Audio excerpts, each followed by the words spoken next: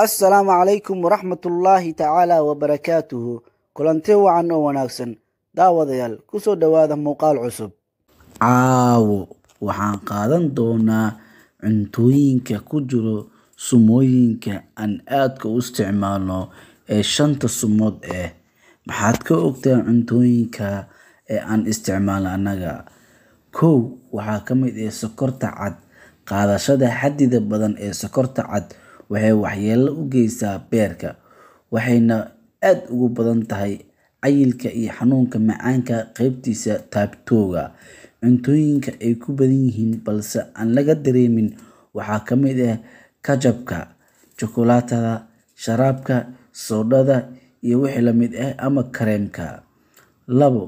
milixa oo aan u naqaano cusbada milixu marka ay jirka ku badato waxay keentaa in uu jirka biyaha ceshado oo qashin saarka uu ku yaraado ama uu sameey waayo waxaa yaraanaya isla markaas kaadida sidoo kale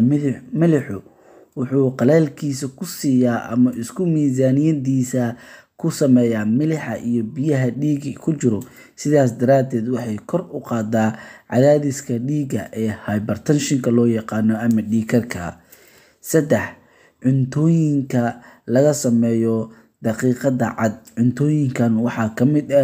rootiga baastada biizaha iyo wixii la mid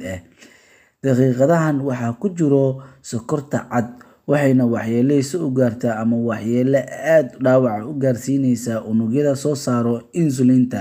sidaas darteed waxay sababi kartaa xanuunka macaanka qaybtiisa taabtooga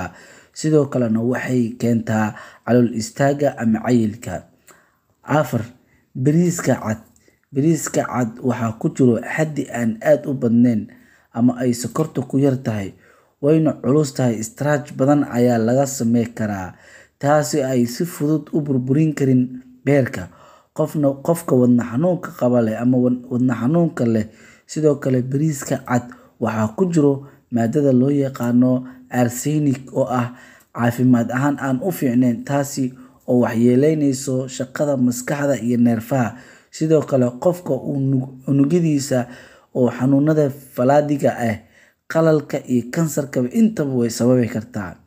qodobka ugu dambeeya oo 5 baradhada cad inkastoo ay baradhadu cad ay ku jirto macdano borotiino iyo nafaqo iyo tamar badan haddana waxay leedahay waxyeello sokorta badan ay ku jirto sidaas daraadeed